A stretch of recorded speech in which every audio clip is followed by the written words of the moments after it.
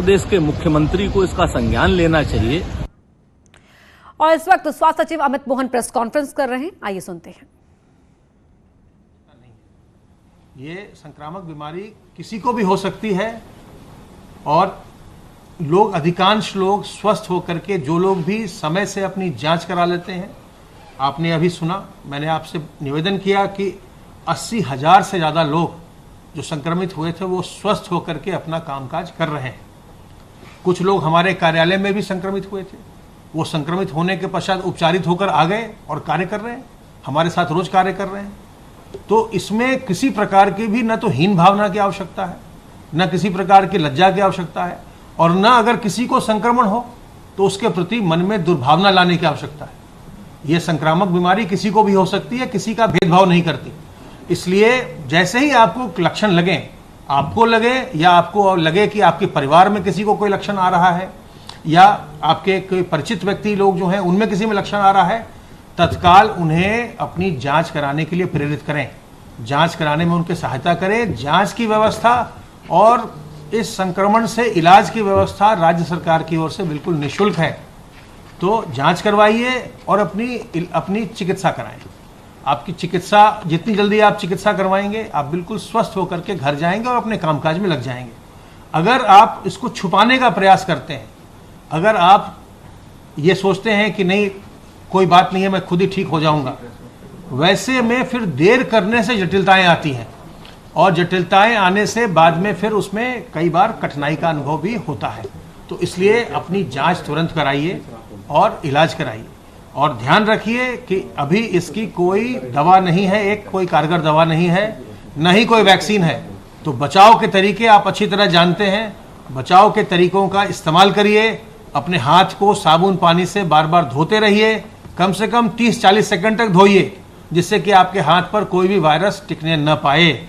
अपने मुंह और नाक को सार्वजनिक स्थलों पर ढकिए, मास्क से ढकिए, रुमाल से ढकिए, गमछे से ढकिए, दुपट्टे से ढकिए, उसको ढक कर रखिए मुंह और नाक को। ये बहुत आवश्यक है। अगर आप इसका पालन करेंगे तो संक्रमण से बचे रहेंगे। बहुत ही कम संभावना रहती है कि जो लोग सावधानियों का पालन करते हैं, अपने हाथ को साबुन पानी से साफ रखते हैं, अपने मुंह और नाक को ढक कर रखते हैं और 2 गज की दूरी लोगों से मेंटेन करते हैं, उनको संक्रमण हो इसकी संभावना न्यूनतम होती है। तो आप संक्रमण से बचे रहेंगे, स्वयं भी बचेंगे और दूसरों को भी बचाएंगे। तो सावधानियों का पालन करिए, संक्रमण से बचिए, दूसरों को बचाइए, स्वस्थ रहिए और प्रसन्न रहिए, घबराइए नहीं।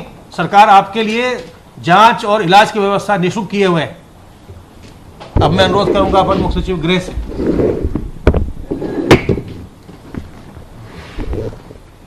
माननीय मुख्यमंत्री जी ने आज कोविड केयर की बैठक सुबह 10 बजे ली। संक्रमण को चेन को तोड़ने के लिए निरंतर सावधानी बरतने की आवश्यकता है। कोविड-19 के दृष्टिगत प्रदेश में स्थापित जो कोविड चिकित्सालय हैं उनको और मजबूत और सुदृढ़ करने की आवश्यकता है। आज मुख्यमंत्री जी ने लखनऊ के कोविड चिकित्सालय यानी SGPGI, KGMU, जो RML है, बाकी लोक बंधु है, इन सब का रिव्यू करने के लिए ACS मेडिकल एजुकेशन और ACS हेल्थ और मुझे भी ये निर्देश दिया था। आज हम लोग ने KGMU में जाकर एक जो नया चिकित्सालय उनका बन रहा है उसका रिव्यू किया है और कोशिश कर रहे हैं कि अगले इसी माह में जो 319 बेड का नया चिकित्सालय जो है KGMU में तैयार हो जाए।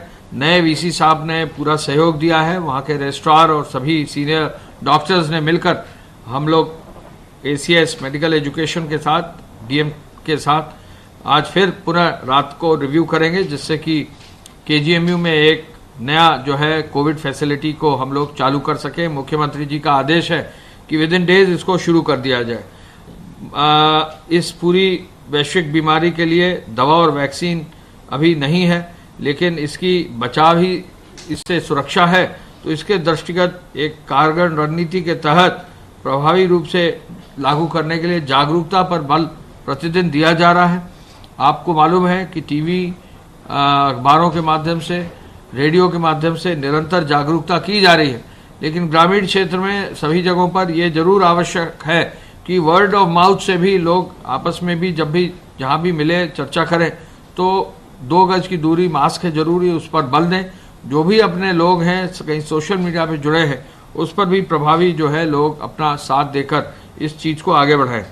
कॉन्ट्रैक्ट ट्रेसिंग और डोर टू डोर सर्वे अब प्रभावी रूप से प्रदेश में चल रहा है। लखनऊ में, कानपुर में, वाराणसी में, वेस्टर्न यूपी में सभी जगह डोर टू डोर सर्वे बहुत तेज़ी से हो रहा है और हर बार जो है एक साइक्लिक पीरियड में ये सर्वे हो रहा है, यानी एक बार ख़त्म होता है तो फिर नए सिरे से शुरू हो जाता है। तो इसको जो है और मजबूत करने का निर्देश दिया गया है। Integrated command and control centre को प्रॉपरली फीडबैक के लिए लगाकर उस पर जो है निर्देशों को जारी करने के लिए पूरी मजबूती से काम किया जा रहा है और उसको मुख्यमंत्री हेल्पलाइन से सभी इंटीग्रेटेड कमांड कंट्रोल सेंटर को जोड़कर उसको जो है फीडबैक से प्राप्त करके और कहीं कोई उसमें गैप्स हैं तो उसको दूर किया जा रहा है। मास्क की अनिवार्यता पर और तेजी से काम किया जा रहा है। लखनऊ, कानपुर, बरेली, प्रयागराज, गोरखपुर, वाराणसी में L2, L3 अस्पताल में बेड्स को बढ़ाने के लिए विशेष रूप से कार्रवाई की जा रही है।